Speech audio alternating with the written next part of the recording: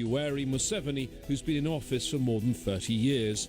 His government has arrested and prosecuted Bobi Wine several times, and the opposition figure has accused security forces of torturing him. But the 37-year-old is not holding back his ambition. In fact, he's now directly challenging President Museveni in elections expected to be held in 2021. But will his popularity be enough to get him elected? And what are his plans for the way forward? Uganda's Bobi Wine talks to Al Jazeera.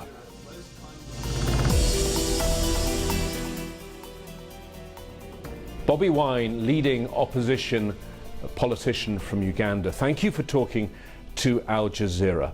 And let me start by asking you to tell us what's wrong with things in Uganda right now. I will try to be diplomatic and say many things are wrong, but if I was to be real, I would say almost everything is wrong, and it all begins with leadership. We have what many people describe as a kleptocracy for a government, which we hope to make better. It's relatively recent that you've emerged on the political scene. You were, before that, a musician. Why did you decide to go into politics? I'm a musician, social activist, and a ghetto youth who recently, I call it recent, but it's 2 years ago, decided to run and become a member of parliament. So was it a natural evolution from that to politics, or was there a moment that made you decide to get involved in politics? I would say it was a natural evolution, because initially, like any other young man, I was singing about the girls and the parties and everything. But, you know, over time, after realizing that indeed my music and my lyrics was influencing so many people, especially the young people, I decided to channel it to positivity, and it was working well. However, there's this one time about 10 or something years ago when I got a personal attack. I was beaten by my age mate, and my crime was showing off. That is a time when I had just gotten a brand new Escalade, and he claimed that I was showing off as if I didn't know that. Showing off a flash car? Showing off a flash car, as if I did not know that the country actually had owners. That communicated so much about the injustices that so many people had been going through in my full glare, and I decided to make injustice my enemy, and that is when I started singing what now the regime calls political music, trying to address those injustices. However, I reached a time when I realized I could not keep just talking about them through my music, and that's why I decided to get into actual politics, so I could have a more formal platform in the Parliament of Uganda to address these issues, and that's what I've been doing.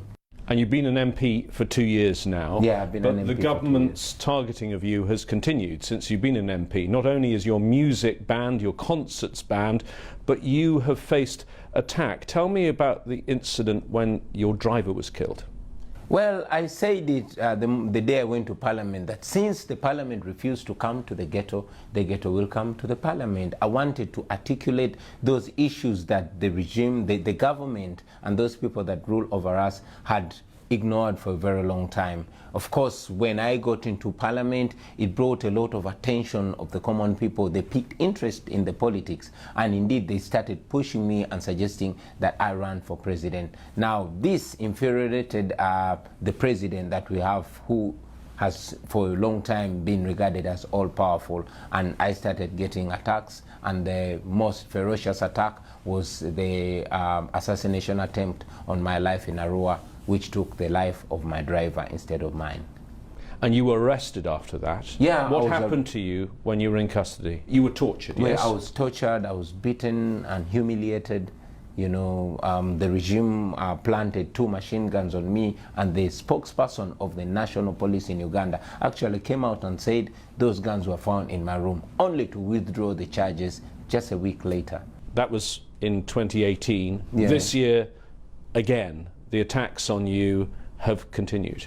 Well, the attacks on me have continued, but not only me. And I always say that I feel honored to see that my plight is highlighted, but this is the same plight that so many people are going through, or even worse, people that are unknown, people that you will never know about. And that is why every opportunity I get, I try to shine a light on their plight, because I am only representative of what they are going through. The attacks have continued. I'm a musician, but my music has since effectively been banned in the country. I cannot stage any concert. I cannot be allowed to address a public gathering, not even in my constituency, which elected me to office. And yes, more than twice, I went to church and the church was tear-gassed by the regime, because President Museveni and the regime that he presides over is so scared of anybody that communicates words that open the eyes of the people of Uganda.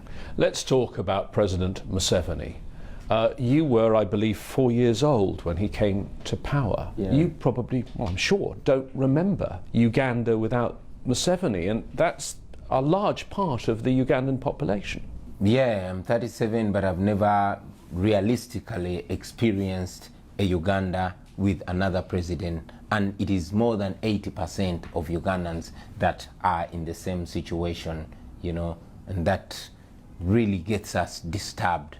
We have been denied an opportunity to contribute to our country. We've been excluded as a new generation, and we desire to contribute to building a country which we know we are going to live in, because certainly the people that are making decisions for us are not going to be there to either benefit or suffer from the decisions which are evidently wrong that they are making for us. If you look at the history of Uganda since independence from the colonial rulers, the British, it can really be summed up with three names: Milton Obote, Idi Amin, and Yoweri Museveni. Now, two of those, Obote and Amin in particular, were very, very brutal. Would you accept that when Museveni came to power first, he rescued your country? Well, that has been said. We've always been hearing that while growing up, until we grew up old enough to see with our own eyes. And I would say without fear of contradiction that Museveni's rule is much more brutal than the rules that have been there before. Only that President Museveni has been extremely smart, and we must give it to him. You know, the world sees President Museveni, and indeed many people describe him as a benevolent dictator or a dictator in a suit. To the Western world, President Museveni has always cast this image of a democrat, but back home he has stepped on all rights and all freedoms, and he has ruled Uganda with an iron fist. What do you say to international investors and to governments, to diplomats who say, better the devil you know? Well, to the international community, to the international investors, and to all the organizations that are working with Uganda, first and foremost, I want to thank them for always choosing to be friends of Uganda. They've supported our healthcare system, and yes, they've supported our military. But we know that we are also citizens of the world, and what unites us should not be only business. It should be the values that we share together, values like democracy, values that the respect for human rights, and values like zero tolerance to corruption. So I request them to always hold the administration accountable. Let them make the observation of human rights and the rule of law a precondition for cooperation with Uganda, so that ultimately they are dealing with Uganda not to the detriment of Ugandans. We want the international community, and in particular the United States of America, to be dealing with Ugandans and not with Museveni himself. Otherwise, the United States supports so much of our military operations, especially in the fight against terror. But you see that the corruption that is ongoing in Uganda, and indeed the corruption of President Museveni himself, has caused that aid to again be used to repress the people. I've always noted that the gun that was used to extrajudicially execute my driver was an American gun. I've interviewed President Museveni 3 times. In fact, he's been on this program sitting in the chair where you are. He seems supremely confident. Do you think he's afraid at all of losing power? The only thing that President Museveni is scared of is losing power.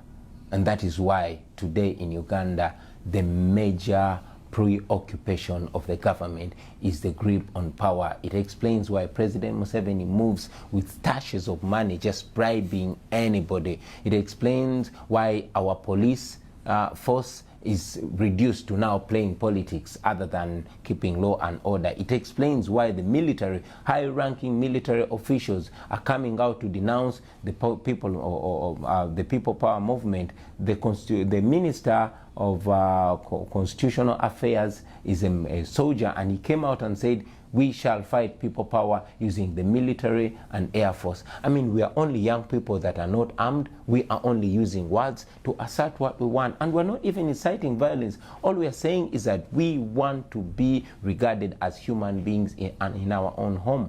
So the desire to maintain the grip on power has made President Museveni descend down to unimaginable levels.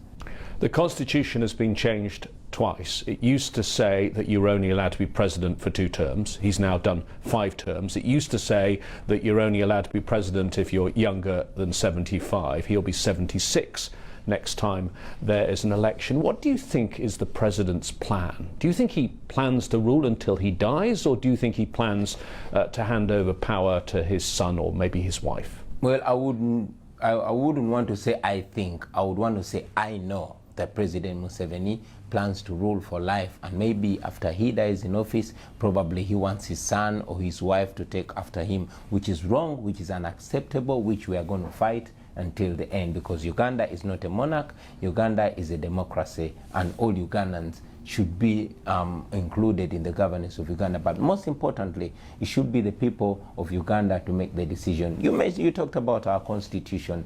Yes, our constitution used to provide for that, but still our constitution, although it has been changed so many times, the constitution as it is provides for fundamental rights. It provides for the freedom of association. It provides for the freedom of speech, and all these freedoms are being stepped on.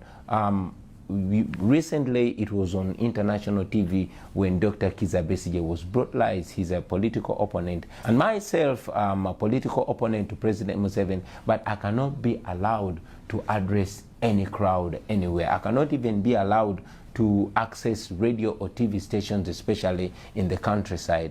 Why? Because President Museveni is very, very scared of the message that we bring. He's very scared of the fact that 85% of the population of Uganda is my age and younger. He's very scared because he sees the signs everywhere. People are yearning for change. What about his own party, the National Resistance Movement? Do you think he's got trouble inside the party too? Well, it's very evident that President Museveni has trouble in the party itself. I mean, even in the People Power movement, we are working with more than 10 members of parliament who actually belong to the ruling party, but they see the truth, because the truth is constantly being told them by their voters. They want change. So I believe that the wind of change is blowing even in President Museveni's bedroom. Perhaps the most important quote ever from President Museveni came in his first year in office, when he wrote a book, What's Africa's Problem? May I quote from that? The problem of Africa in general, and Uganda in particular, is not the people, but leaders who want to overstay in power. Now, I picked him up on that quote when I spoke to him 6 years ago in 2013 on this programme, and he said, no, staying in power without elections. I'm in power because of elections, and he has been repeatedly re-elected. President Museveni used to say those things when he was around my age. 34 years later, he doesn't want to hear what he said when he was still, in my opinion, sober. So there's only one explanation for that. Power corrupts, and absolute power corrupts absolutely. There have been allegations that previous elections were not free and fair. In your view, right now, is President Museveni the legitimate president of Uganda? Well, I'm very convinced that Dr. Kizza Besigye won the previous elections. And I would believe that even if Museveni could have won the past elections, the way he's handling the people of Uganda makes him lose his legitimacy. However, we are looking at the opportunity of 2021 for the Ugandans to assert their voices, which we are sure they are going to. Do you see a trend in Africa? I mean, look, for example, at Zimbabwe. Look at other parts in North Africa, at Algeria, for example. Do you see a trend that older leaders are now being forced to give up power? Well, the wind of change is blowing.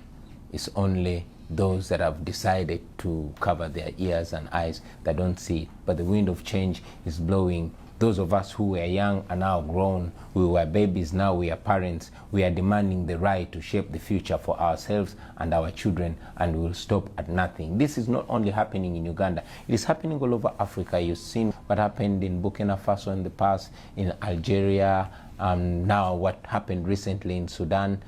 It is happening in Uganda. You've mentioned the demographics in your country and how many people are young, under 35. Because of your music and your own age, tell me what the youth of Uganda are saying. The youth of Uganda are saying they want better. The youth of Uganda are saying they want their country back. The youth of Uganda are saying they want a country that offers equal opportunity to every Ugandan, where somebody is going to be judged by the content of their character, not which tribe they come from, not who their parents are. The youth of Uganda are saying it is time, it is our time. And the next election is 2021. Yes, please. You say that you're going to stand for president. Yes. Will you get all of the opposition to come behind you as the one unified candidate against President Museveni? Well, it is our effort. We are in advanced stages discussing with different leaders from different groupings and different formations to see that we come together as the opposition, well knowing that one big challenge we all face is the oppression and the limited or shrinking political space. Given that shrinking political space and the history of the previous elections, the 5 presidential elections we've seen, which Museveni has won, he has a very tight grip on the system, and there have been persistent allegations of vote rigging. How do you overcome that if he rigs the election? Yeah, we know that President Museveni is planning to rig the election. He has done that in the past. Recently, he did it in Hoima in a by-election using the military. But we are banking on overwhelming him, because a vote can easily be rigged if it's not overwhelming. And ultimately, if President Museveni tries to rig the election than he has been, like he has been doing, then the people of Uganda will rise up and they will stop it. Well, let me ask you about what you mean by that, because if you are blocked at the ballot box, what other ways will you seek to remove Museveni? And it's worth noting to our viewers that since independence in the 1960s, there has never been a peaceful transfer of power in Uganda.